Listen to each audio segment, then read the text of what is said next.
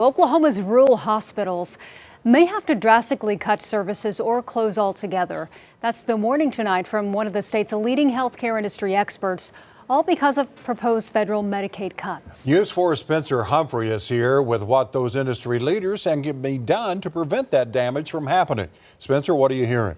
Yeah, guys, well, those federal Medicaid cuts are looking more and more likely after the U.S. House of Representatives passed a bill today that would bring them. Healthcare leaders say if that bill in its current form gets signed into law, rural communities in our state may become healthcare deserts.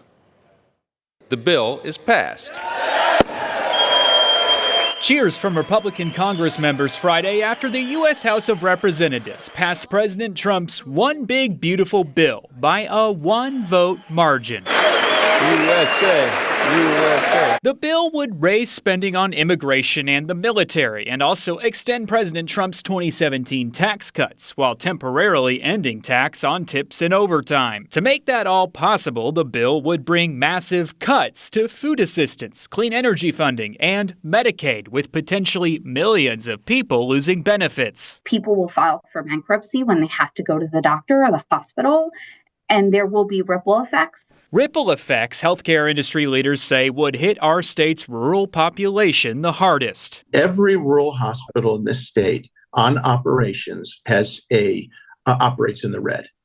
It is these types of Medicaid programs that keep them open. Oklahoma Hospital Association President Rich Rasmussen says it's important to understand how Medicaid funding in Oklahoma works. Part of the funds come from a tax hospitals pay the state. Right now, the tax rate on that is 4% of a hospital's total revenue. The state totals all the money collected from that tax together, and then the federal government sends the state more funding in an amount matching the state's total. But with fewer patients receiving Medicaid benefits thanks to the bill, Rasmussen says Oklahoma would probably need to raise its hospital tax rate to in turn get a higher match amount from the federal government to help make up for that gap. But the bill in its current form would lock states into their current hospital tax rates without any ability to raise them. Unfortunately, now we're kind of being forced to have to potentially adjust to fewer dollars. That could mean rural hospitals laying off staff and drastically cutting back on life-saving services. But right now, we have hospitals for the first time in 20 years contemplating adding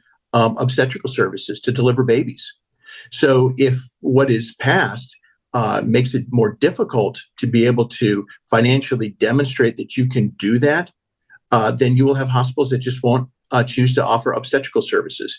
Hospitals that might want to offer some specialty service or some additional rehabilitation services for folks in their communities, they may not be able to do that. And in the worst cases, he says some rural hospitals may just have no choice but to close down permanently. Hospitals tend to be the largest employer in a community. So you lose the ability for that community to hold on to them. You lose their tax base. You lose their ability to tax their homes.